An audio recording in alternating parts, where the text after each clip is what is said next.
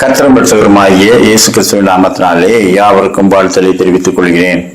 ஒரு சிறுவன் தன் வீட்டு தோட்டத்திலே தன் கையில் இருக்கிற வில்லில் இருந்து அம்புகளை எய்து விளையாடி கொண்டிருந்தான். ஒரு அம்பை பலமாக தன்னுடைய தோட்டத்தில் இருக்கிற மரத்தின் மீது அவன் எய்தான்.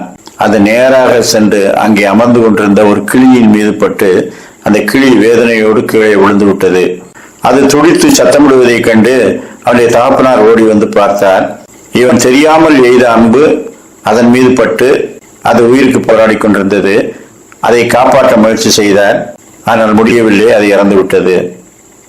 எனவே இவனை கண்டித்து, இனி இப்படி விளையாடும் போது மற்ற ஜீவராசிகளை நாம் கொல்லுவதோ அவைகளுக்கு துன்புறுத்துவதோ கூடாது. பாவம், உனக்கு எந்த தீங்கும் செய்யாத ஒரு கிளி உன்னுடைய அம்பினாலே கொல்லப்பட்டு இறந்து விட்டது. எனவே விளையாட்டானாலும் இனி ஜாக்கிரதையாக இருக்க வேண்டும். மற்ற உயிர்களை கொண்ட பாவம் நம்மை சேர்ந்து விடக்கூடாது என்று சொல்லி அவனை எச்சரித்து விட்டு சென்றார்.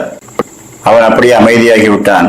சில நாட்கள் கழித்து அவன், எனக்கு வயிறு வலிக்கிறது, வயிற்றுக்குள்ளிருந்து ஏதோ ஒரு கிளி சத்தம் போடுகிறது போல எனக்கு தெரிகிறது என்று சொன்னான். தகப்பனார், அப்படியெல்லாம் கிளி வயிற்றுக்குள்ளே போய் இருந்து சத்தம் போடாது என்று சொன்னார். இல்லை, என் வயிற்றுக்குள்ளே ஏதோ ஒரு கிளி இருந்து சத்தம் போடுகிறது, வயிறு வலிக்கிறது என்று சொல்லிக்கொண்டே இருந்தான். எனவே டாக்டரிடம் கொண்டு போனார்கள். டாக்டர் பரிசோதித்து பார்த்து விட்டு, அப்படி எதுவும் கிளியெல்லாம் இல்லை, இருக்கவும் முடியாது என்று சொன்னார். ஆனாலும் அவன் திரும்ப திரும்ப, நான் ஒரு கிளியை கொன்று விட்டேன், ஒருவேளை அதனுடைய குட்டியாக இருக்குமோ, என்னுடைய வயிற்றுக்குள்ளே அது புகுந்து விட்டது, அதனுடைய சத்தம் கேட்கிறது என்று சொல்லிக்கொண்டே இருந்தான்.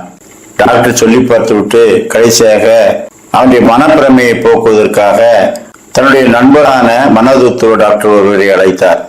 அவர், அப்படியா, நான் அவனை பரிசோதிக்கிறேன் என்று இவனை பரிசோதித்து விட்டு, ஆம், உன்னுடைய வயிற்றில் ஒரு சிறிய கிளி இருக்கிறது, அதை ஆபரேஷன் செய்து அகற்றி விடலாம், சம்மதிக்கிறாயா என்று கேட்டார். சரி என்றான். எனவே மறுநாள் அவனை ஆபரேஷன் தியேட்டருக்கு அழைத்து சென்று மயக்க மருந்து கொடுத்து அவனுடைய வயிற்றில் ஒரு சின்ன கீறல் போட்டு திரும்பியும் தைத்து விட்டார். மீண்டும் மயக்கம் தெளியும் மருந்தை கொடுத்தவுடனே அவன் கண் விழித்து பார்த்தான். அங்கே ஒரு கூண்டிலே ஒரு கிளியை அவர் காட்டினார். இவன் வயிற்றுக்குள்ளே இருந்த அந்த கிளியை நாங்கள் எடுத்து இந்த கூண்டிலே அடைத்து விட்டோம், இனி உனக்கு ஒன்றும் ஆகாது, தைரியமா இரு, இந்த கிளியை நாம் வெளியே கொண்டு போய் பறக்க விட்டு விடலாம் என்று அதை எடுத்து சென்று விட்டார். அப்பொழுதுதான் அவன் திருப்தியானான். அதன் பிறகு அவனுக்கு வயிற்று வழியே வரவில்லை. ஆனால் இன்றைக்கு நீ செய்த பாவம் கொடியது, அது உன்னை விடவே விடாது. நீ என்னதான் இயேசு கிறிஸ்துவிலே மன்னிப்பு கேட்டாலும் நீ செய்த பாவம் உன்னை விடாது என்று சொல்லி சாத்தான் அநேகரை பயமுறுத்தி கொண்டிருக்கின்றான். வாழ்க்கையில மறக்க முடியாத தவறுகளை செய்து விட்டோமோ என்று அநேகர் நொந்து கொண்டே இருக்கிறார்கள். தவறான முடிவுகளை எடுத்ததற்காக வருந்துகிறார்கள். ஆனால் தேவகுமாரனாகிய இயேசு கிறிஸ்துவிடத்திலே பாவ அறிக்கை செய்கிற எவனும் பாவ மன்னிப்பாகிய ரட்சிப்பை பெற்றுக் கொள்கிறான். உங்கள் பாவங்கள் சிவேர் என்றிருந்தாலும் அவை பஞ்சை போல் வெண்மையாகும். நாம் கர்த்தர் மன்னிக்கும் போது நாம் நீதிமான்களாக்கப்படுகிறோம். நாம் செய்ய வேண்டியதெல்லாம் என்ன? பாவங்களை நாம் அறிக்கையிட்டால் பாவங்களை நமக்கு மன்னித்து எல்லா அநியாயத்தையும் நீக்கி நம்மை சுத்திகரிப்பதற்கு அவர் உண்மையும் நீதியும் உள்ளவராய் இருக்கிறார். என்னிடத்திலே வருகிறவனை நான் புறம்பே தள்ளுவதில்லை என்று சொல்லி இருக்கிறார். அவர் மீது விசுவாசம் வைப்போம்.